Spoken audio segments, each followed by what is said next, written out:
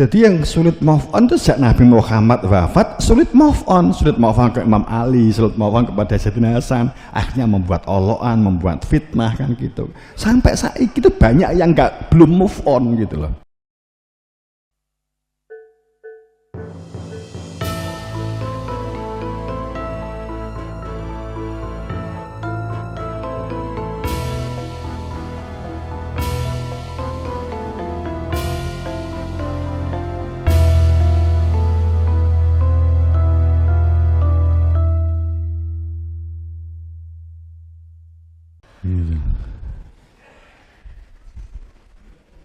Sholat kowe kaya aku sholat sering itu kowe sering mbok unekne ngandani kan nek kene akeh guru agama kan nek kene iki saya yakin kamu sering ngandani santrimu, sering ngandani siswamu nggih napa mboten?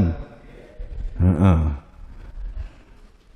Kanjeng Nabi ngendikan sholat kowe kaya aku sholat, terus akhirnya aku nih mbok dadekne dedimu to. Jadi terus pripun Pak Guru, bapak saya sholat itu seperti hadis sholat kamu seperti kamu melihat aku sholat. Ya saat saya sholat kuwi deloken kan ngono to. Hadisnya mbok nggo dipelajarne di awakmu kan gitu. Lah masalahnya kalau Kanjeng Nabi wong ra petuk salate piye kok nganggo dalil ngono iki piye? Kejaba dilengkapi sujud ngene, rukuke ngene. Sujud rukuk Nabi itu enggak enek hadise rukuk ngene, sujud ngene enggak enek loh ya. Terus enek rukuk sujud kuwi sapa? Ya sapa-sapa.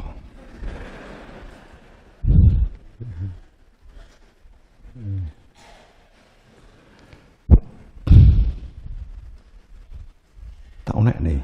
Gak lah geger wis gak usah wis. Mancing pikiran sik wae.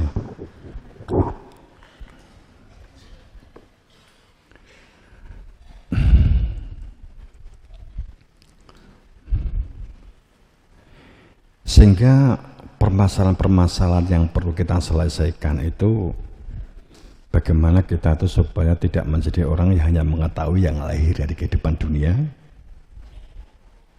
hindari prasangka dalam perilaku, menilai diri terlalu tinggi. Kalau kamu menilai diri kamu terlalu tinggi, orang ndang untuk jodoh, ojo dur-dur nek ngedol awak.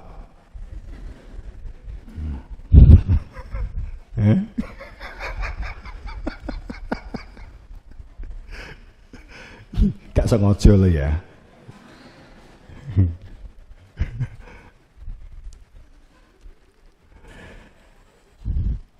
Jadi hal-hal permasalahan-permasalahan yang butuh diselesaikan dalam diri.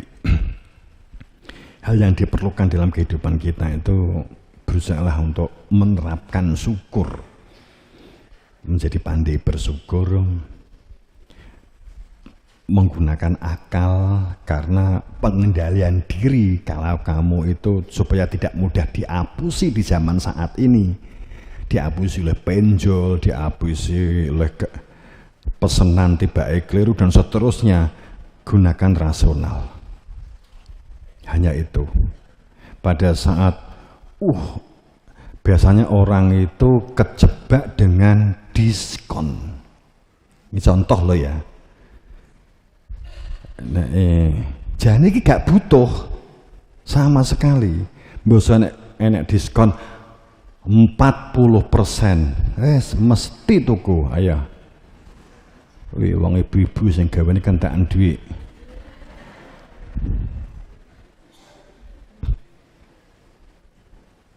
Makanya pada saat ada diskon, oke, akan tapi sistemkan di dalam rasional. Kebutuhan. Makanya pendidikan itu yang sangat diperlukan, kemampuan accounting diri. Ini yang tidak pernah diajarkan. Yang diajarkan adalah accounting ekonomi, ngitung uang perusahaan. Itu yang jadi pendidikan itu di sini banyak guru ekonomi, ada guru ekonomi.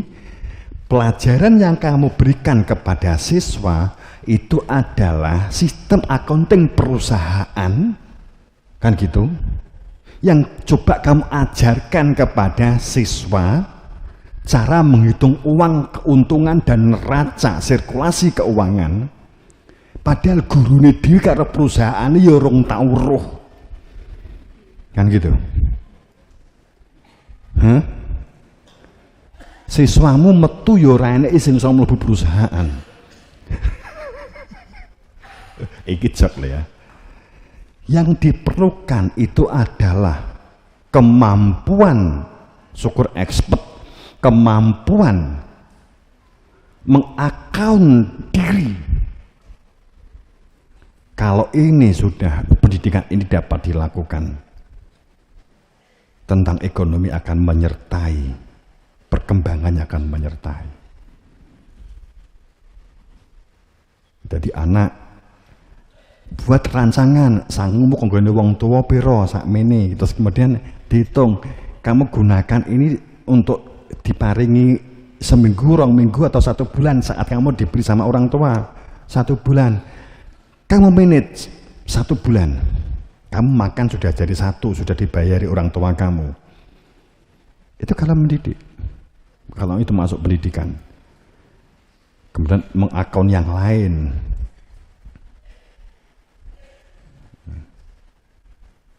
Marai mizan atau accounting di dalam bahasa ekonomi, sedang bahasa agama, mizan itu wis bergeser.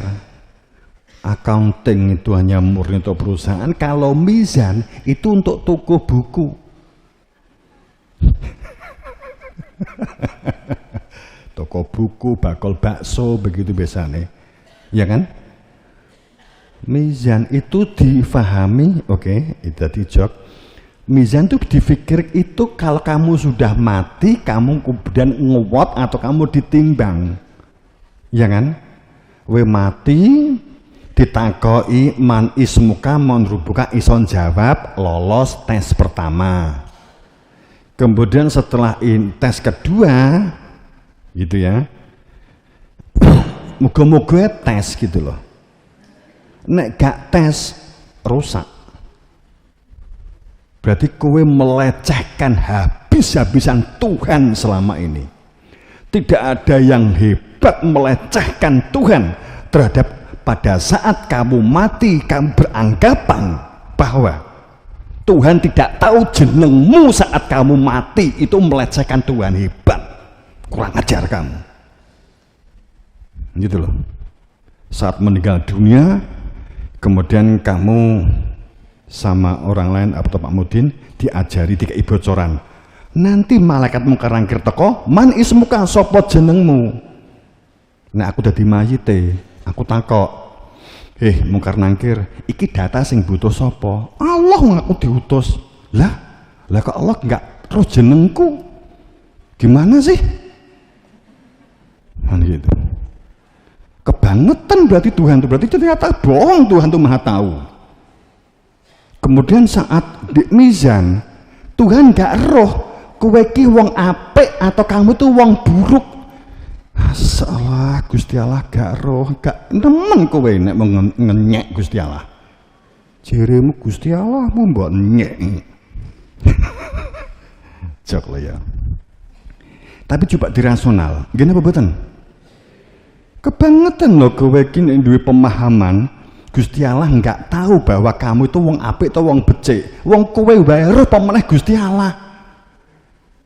Antri bisa ditimbang, antri ini karuan dengan satu hiburan bahwa kamu umat Nabi Muhammad bertempat di paling depan, sedang Nabi Adam buri dewi itu jane luwih cilaka, mbahmu bukan ngguri dewi, jadi putu kurang ajar.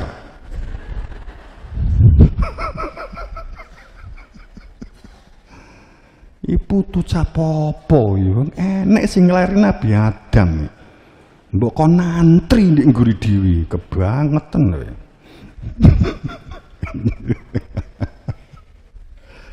Yes.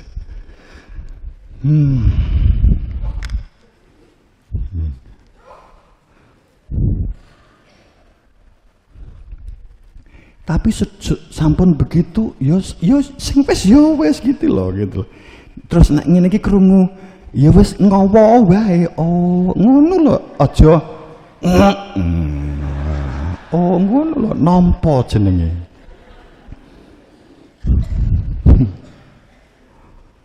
Oh, mong perkara kowe iki kamu tuh orang baik atau kamu tuh orang buruk. Gusti Allah enggak roh nek mau ngenyek kenemenen nih. Ngono rita malaikat mungkar nangkir takok. Man rabbuka man ismuka. Dadi terus panitia mizan ya masuk timbangan kan. Gitu. Makanya kan banyak cerita-cerita kan ada panitia kiamat, ada panitia kuburan kan gitu kan. Ada panitia. Ya moga-moga kan jadi salah satu panitia gitu kan lumayan.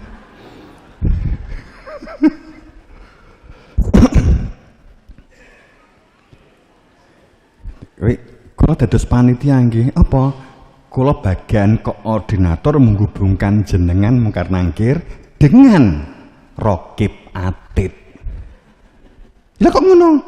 Lan jenengan ki dadi Mungkar Nangkir selama ini. Pertanyaan jenengan nggak pernah nengok catatannya Raqib Atid yang sama-sama dalam sistem malaikat. Jenengan nggak usah tanya saya. Datangi saja Raqib Atid. Sudah lengkap nama saya, perbuatan saya tidak ada yang tidak tercatat sama sekali. Pinjem aja 1 menit. Ngono nek sok mati ditakoki Mungkar Nangkir. Kena Pak Modin gini, we langsung tangi. Saya Pak Modin. Ya.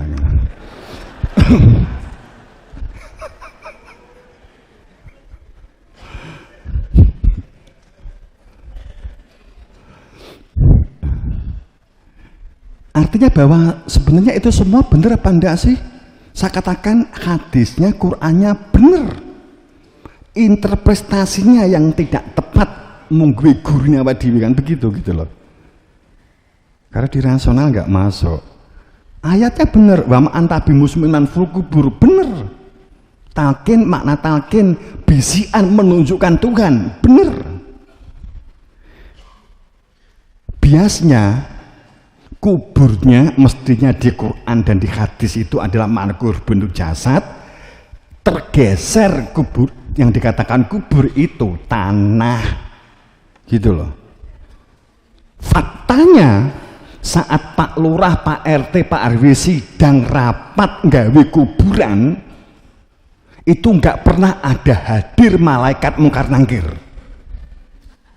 Kok kemudian yakin bahwa ini kuburan malaikat Mungkar Nangkir nanti kalau ada yang mati akan ke sini. Ngerti kondi? Saat menentukan yang saya tahu loh ya, karena saya juga pernah rapat kuburan. Kuburan RW Tanjung ini dulu geger, akhirnya saya yang diminta untuk menyelesaikan. Kemudian dan saya yakin 100% bahkan mungkin kalau ada 1000% di situ tidak ada Mungkar Nangkir. Percaya, moga-moga kamu percaya gitu lah. Kok terus kemudian kita menyimpulkan Mungkar Nangkir di gono gitu lah. Apa yang dimaknai kubur? Oke. Ini sebenarnya saya mengarah kok gak teko gitu. Ini sering kita lewati saja. Ini kita masuk kepada Kala Cokro. Tadi sebenarnya pembukaan. Teman-temannya berbahagia. Raja Kala Cokro itu ini banyak peristiwa. Sebenarnya banyak peristiwa yang belum terungkap ya. Seperti Nabi Muhammad wafat, kemudian Khalifah 4, kemudian Umayyah, Abbasiyah, ya, Fatimiyah, Utsmaniyah begitu. Nah ini ada kemudian difahami setelah Nabi Muhammad wafat kan khilafah dimaknai kekuasaan. Keberadaannya para nabi, para rasul itu dikira kekuasaan politik. Kemudian terjadilah satu pemahaman yang bergeser bahwa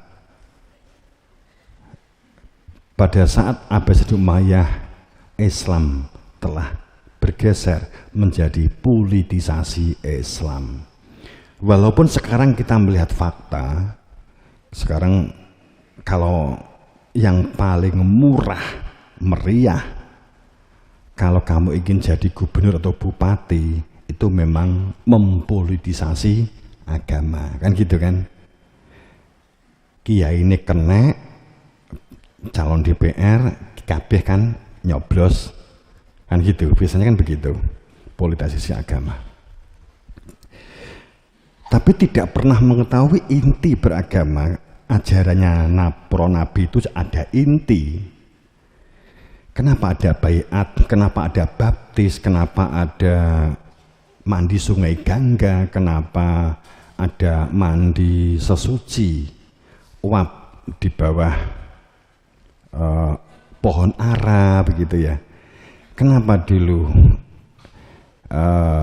Siddhartha Gautama sering di pohon ara, kan itu. Yang dikira akhirnya pohon ara itu tentang pohon tin. Maksudnya padahal pohon ara itu pohon kehidupan. Artinya bahwa kumpul untuk baiat. Nah, itu kan yang tidak terdeteksi. Seperti mohon maaf, baptis, kemudian ganti nama baru. Itu kan kelahiran kedua. Kemudian sekarang kamu menirukan tuker cincin bergeser menjadi tunangan, kan di jero gereja, kan gitu kan. Itu kan bergeser. Raja Kalacakra ada dua, Syekh Subakir di zaman Malik Ibrahim di Wali 9, di awal-awal para kewalian, itu yang dari Persia pada saat khaulanya Muhammad I, kan gitu ya. Kemudian tapi sebenarnya dia hanya jelajah jejak, napak tilas. Syekh Subakir yang asli itu adalah tidak tersebut sebagai konkretnya, akan tetapi yang pertama itu adalah di zaman Nabi Ibrahim, salah satu putranya Nabi Ishak itulah yang tersebut sebagai Subakir, nggak pakai Syekh, kan gitu, disebut sebagai Subakir Ali.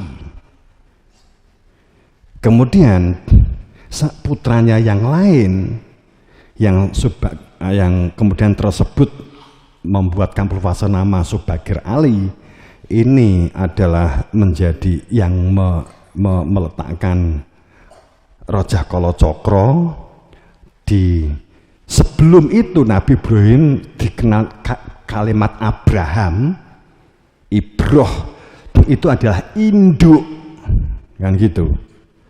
Ibrahim itu induk sang bapak, bapak sebagai sang induk, kan gitu. Bapak bangsa-bangsa itu kan Nabi Ibrahim. Dia sudah jelas. Kenapa disebut Ibrahim? Karena memang jelajah. Jadi kalau dalam satu tempat enggak, di Arab tok enggak, bisa jadi lebih lama di tempat yang lain gitu ya. Aslinya Nabi Ibrahim itu orang Urdu, kan gitu. Urdu, Bangladesh, kan gitu. Kemudian lama di pinggir sungai Gangga, nah, gitu. Karena memang istrinya Siti Sarah itu ahli pertanian. Ini itu sebenarnya. Kemudian dikenal sebagai Dewi Kuan Yin. Itu kan hanya nama.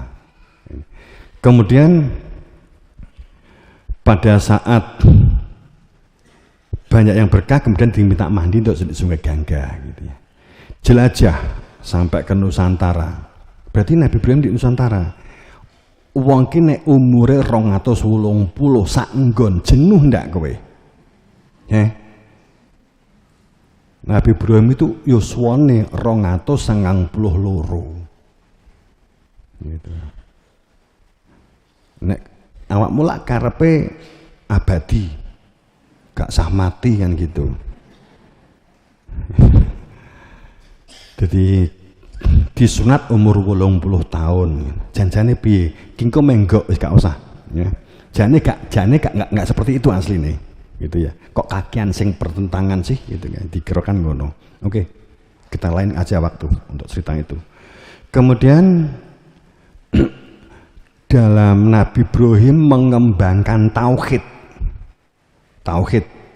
Ternyata permusuhan hebat yang dialami Nabi Ibrahim itu di tanah Nusantara. Luar biasa. Jadi orang mengatakan Raja Kalosroko itu bacaan Hindu, bacaan Buddha. Enggak, itu bahasa dunga.